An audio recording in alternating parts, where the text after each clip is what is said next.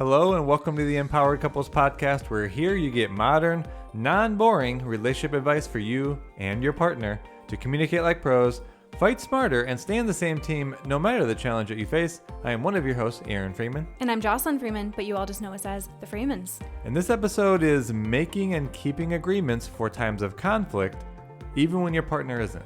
Yeah, so this is really key right now. It always is, but because we get behind closed doors insight into what couples are dealing with, there's going to be conflict. And we're finding that more recently, couples are feeling like it's gotten turbulent or the conflicts have gotten more heated than usual. And we know that afterwards you can feel kind of like, you just feel the argument hangover, but you can feel guilt. You can feel even sometimes shame, even though that's the worst feeling ever, right? No one wants to feel that. But afterwards, we can feel that guilt and sometimes even embarrassment for how we act. And as you heard us on other episodes, how we fight is really important. We don't want to be doing destructive things to each other.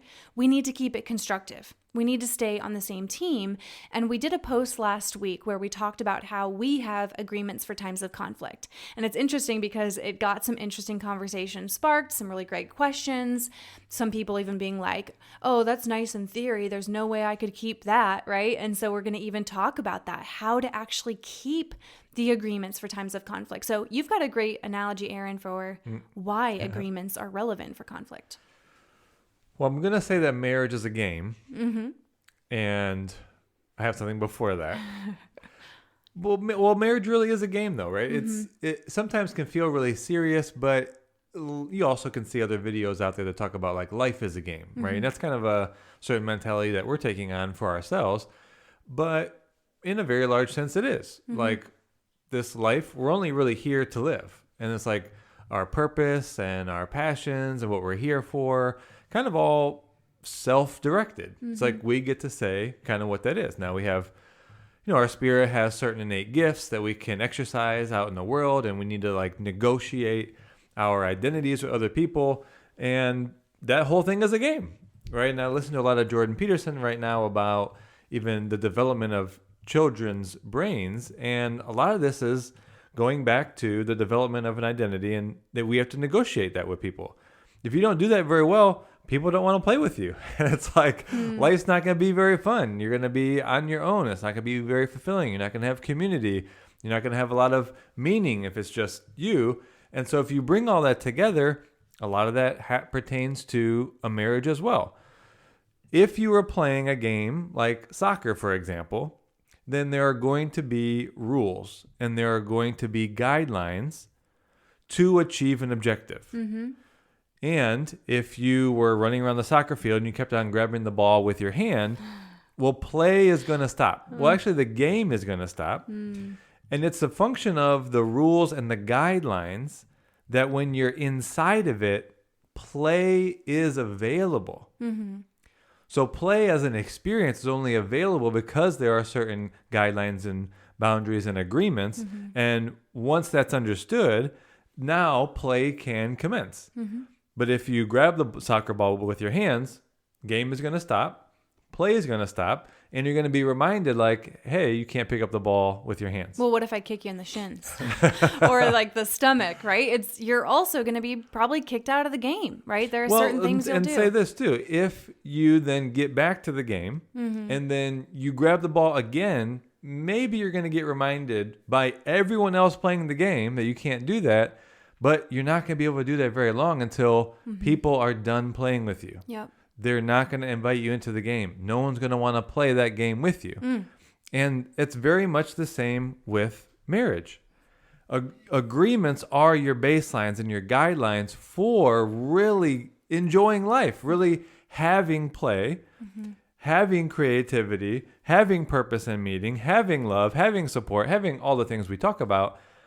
And agreements are in different areas like roles and responsibilities and how you manage tasks and you manage the things of life. But we want to talk about agreements for times of conflict specifically because we feel like these are even bigger needle movers. Yep. Well, why? Because you can have agreements around roles and responsibilities, who takes care of what, Money, finances, around parenting. So you're managing and functioning well. And in a sense, by keeping those quote unquote agreements, you're adding deposits to your love account. However, without agreements for times of conflict, you will do huge withdrawals from each other's love account. Yeah. And over time, if that keeps happening, it will feel and it will be much more difficult to repair. Yep. And for some couples, will feel like it's impossible to repair. Yeah. So with a love account principle, agreements for times of conflict are so critical because you have to keep the level of withdrawal and damage and hurt. and hurt. You really have to minimize that as best you can. So before we go into these upcoming sections about what agreements for times of conflict look and sound like, how to keep them, and then what to do even if your partner isn't keeping them, because we're going to get to all of that, I want to share with you personally that this principle really helped me change the way that I handle emotion and handle conflict, because we all had different role models and experiences in our family. And I know that for a lot of us, we can say, okay, I really want to work on how I handle this, but I saw my parents, scream at each other, or it's because of this, it's my attachment style that, it's this. Okay, all of that is fine. Helpful context, helpful awareness. But we want you to go beyond just having a reason for your behavior. Because I could keep saying, well, I saw conflict like this, so that's why I do it, okay? Let it be okay. No, you have to have awareness of where your patterns come from. But then this tool is about you choosing to not be a product of your past and to have more control and choice over your actions. So let's get into it. Agreements for times of conflict. We treat these as laws. So Aaron talked about the analogy of it being a game and rules. I want to take it even a little more serious. We don't treat these as like, oh, let's try this. Like, I hope I can get better at this. No, it's like a law. Just like you don't ram into someone's car because you're upset at them, because you know the repercussions would not be great. In fact, there'd be, big things you'd have to deal with. We treat these as laws within our marriage. We take them very seriously, and we'll talk about how we, implement them and all those things.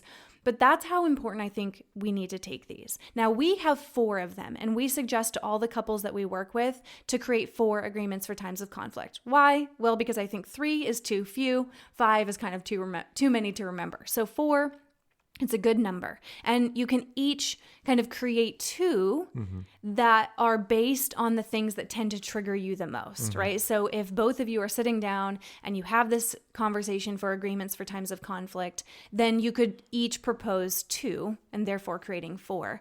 And these are actions that we are committing to do or not to do.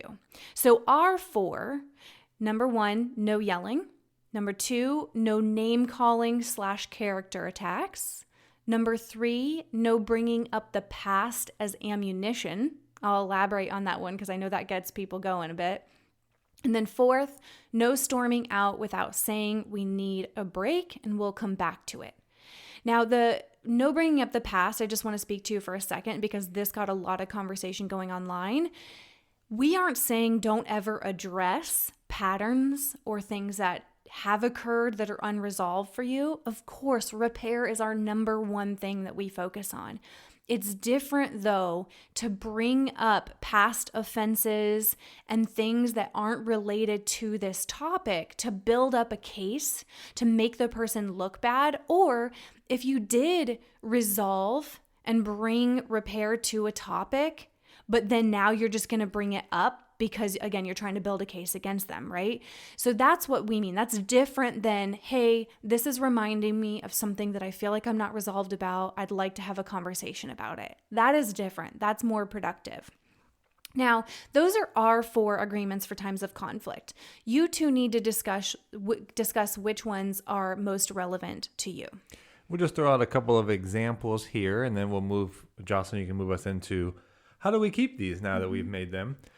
But you may make an agreement around no bringing up other people from your past. And again, you're just really looking at what things tend to trigger or escalate what could be simple conversations into a conflict for you.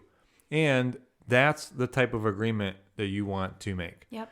So yes, maybe bringing up other people from the past, maybe even like comparing you to someone, which could be a past relationship, or maybe even right now in the heat of conflict, your spouse compares you to one of your parents, and maybe that's a trigger. That can be. Yeah.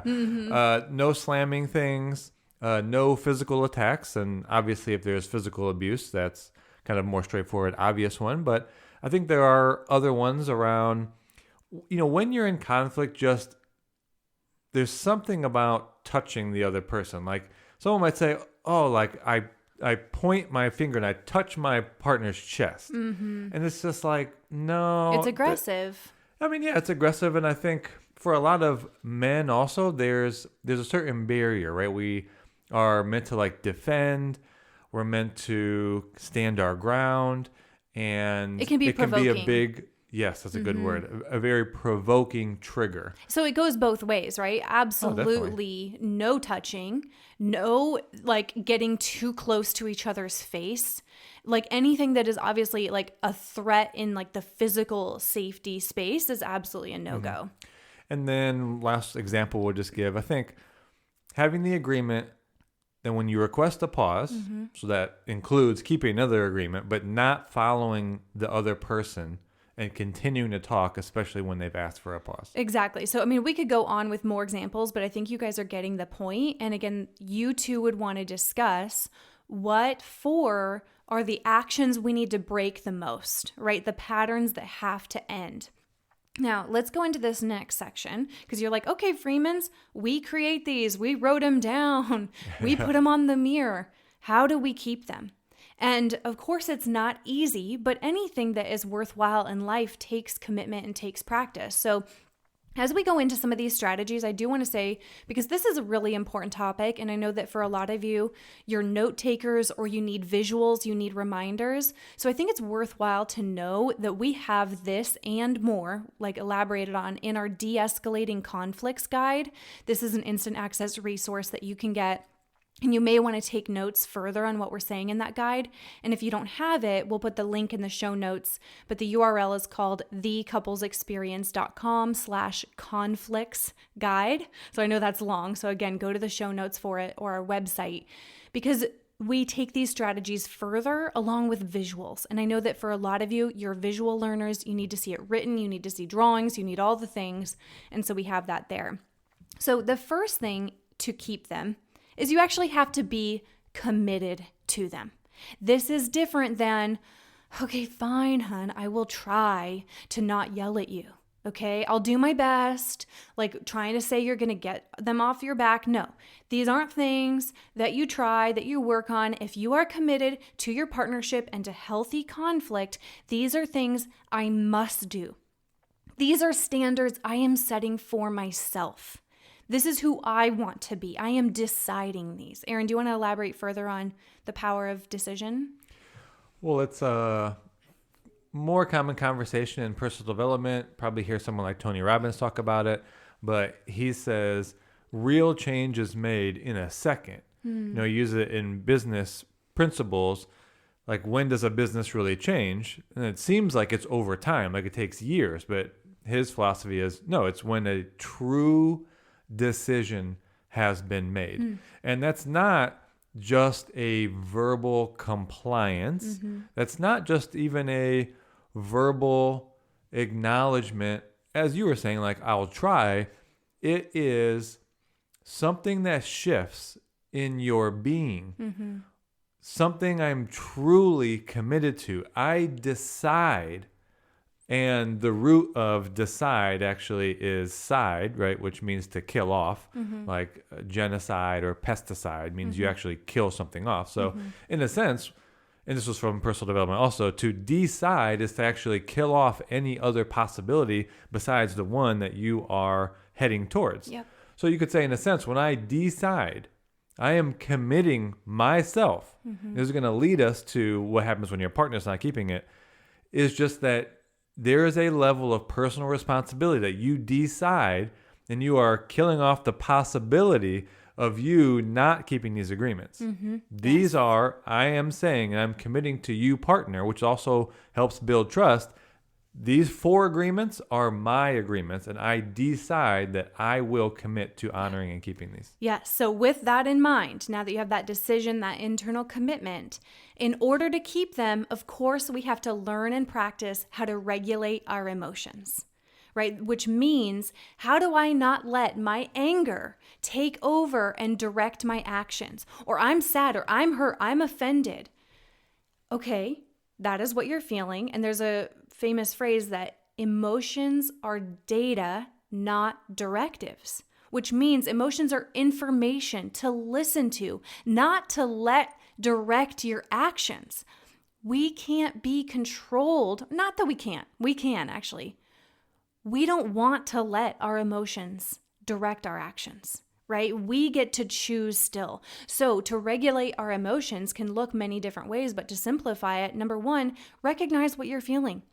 Acknowledge it. Okay, I am feeling angry right now. Take a pause. We need to slow down the emotion to the reaction. Breath is free and so easy to do, and one of the best ways to calm your nervous system. Slow down. Take a few breaths. Deepen your breath and listen to your partner more. If you feel like your amygdala is hijacked and you are starting to get flooded, take some breaths and listen more than you talk. Because when you get to that place where your anger takes over, you're not usually saying things that you want to say in the way you want to say them. You're going to regret them later. They're going to affect your partner. So to simplify regulating your emotions, recognize what you're feeling, do something to regulate the emotion through breath, that being the easiest way in the moment. And then lastly is know when you need to take a pause.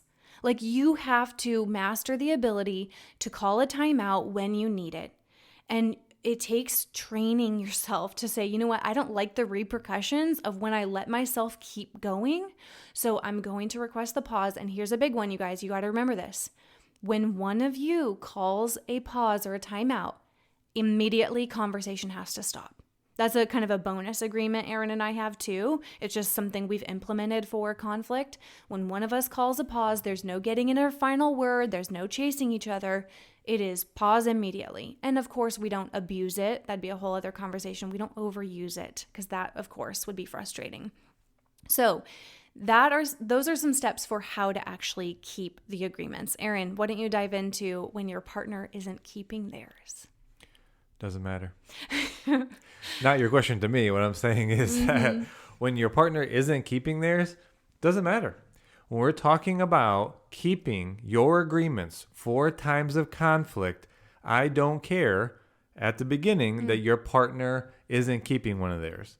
You are going to be a person of integrity. And when it comes to conflict, like literally, this is so important. We have to keep from doing the level of damage and hurt to our partners. The level of withdrawals around conflict can really negatively impact a marriage. So this is about personal responsibility of setting a minimum acceptable standard in which you are willing to tolerate from yourself. I mean, to me, that's the most important thing about the agreements, because sometimes your partner isn't going to keep it. And so long as you're in a season where you're trying to get better, I mean, you're interrupting very strong reactions tied to emotions, so there's got to be some allowance for not getting it perfect, but you, for yourself listening, have to set a minimum acceptable standard for what you're going to tolerate from yourself. And in these times, aside from being in the conflict, I mean, think about your partner. You have to, in your mind, set, am I going to feel ashamed for how I'm going to show up with my partner? Am I really going to let myself stoop so low to just attack them when I'm just feeling hurt? So I want that to be the baseline. So now, this needs to be established before you can start talking about what you will tolerate from your partner. Because I think people get that misconstrued. And when I say what are you going to tolerate? People think about, what am I going to tolerate from my partner? And it's like, well, I'm not going to tolerate being spoken to like that. And I say, well, first, I don't even care about that yet. What are you going to tolerate from yourself? Let's go. I don't want to hear about your partner right now. You got to set that standard for yourself. Once you do that, you're in a place to talk about, how do I not get railroaded or steamrolled by my partner and something that's way beyond my boundary. Okay, so now we can start to have that conversation. Well, when your partner is breaking an agreement, if it's truly been a decision from both of you, it's that you remind them in the moment. Which we gently remind each other. So we would say something like, if one of us starts raising our voice, for example. As gently as we can, right? Yeah, what I mean is it's not in a threatening way, right? Yeah. We say something like, hey, remember, let's keep our agreements. Let's lower our voices, right? Like we're saying it in a constructive way. So it's a reminder in a constructive way. And then if they keep going and they are keeping breaking an agreement, then also as calmly and gently as you can, as you stated, you declare your intent to not continue or participate if this keeps going. So what it would sound like is, well, basically that would be it. Hey, I've already reminded you this is breaking an agreement. I'm not going to be participating in this if this keeps going. I'm saying it just like that, right? If your partner still continues to break an agreement, now you're just acting upon what you just said. So you say, I'm not going to be continuing, letting them know, I've already said that. The agreement's already been broken. We'll come back to this after we both regulate it, and then you remove yourself from the situation. This is a lot different than conflict happens and I just, boom, I bounce. Storm this is out, not this. It's I've reminded of the agreement. It's being broken. I'm sharing my intent that if this continues, I'm not going to be participating. It continues to go. I am now just acting on what I've already been saying because I am not going to let myself go beyond my minimum acceptable standard. And I know if I stay in this, I am very likely to get flooded, escalate, and want to retaliate. So I am going to be removing myself. Yes, exactly. And I know that for some people, whether this is you or your partner, might say, well, what if they just start saying to me like, well, don't control me? You know, if you start to remind them of, hey, we're starting to break an agreement, let's lower our voices, and they're like, don't control me, or they resist that, then you know what? You have to go back to the earlier step. It's not an internal commitment for them. Because if something you both are devoted to, you're committed to, and you gently remind each other, that person would go, okay, you're right. That's not control. That is the game. That is us reminding each other of the rules, of the laws, and anyone who wants to win that game. Just play. For the relationship. Just play. I just want to play the game. Right. Yeah, play, not even win. But I think you want to win the game of marriage. You want to win at loving each other well and fighting in healthy ways. So we've said a lot here. We encourage you to probably listen to this one again because it is so important, especially if you two are working on keeping your conflict healthier. You know, we know a lot of couples will say, man, we're great. When we're great, we're amazing. We laugh together. We have fun. We are connected. I know some of you are like, oh, we'd even like a little bit of that. But then we fight and it gets so intense. Okay, so re-listen to this one and practice it and implement it and work on it. I promise you it works. It has worked to transform my behaviors. And then make sure you get that de-escalating conflicts guide. That can really help you get the visuals. You can open it up on your device, print it, and see those reminders often. So we hope you enjoyed this episode. Make sure you hit subscribe and also give us a review if you enjoy this podcast. But we love you guys and we will talk to you on the next episode.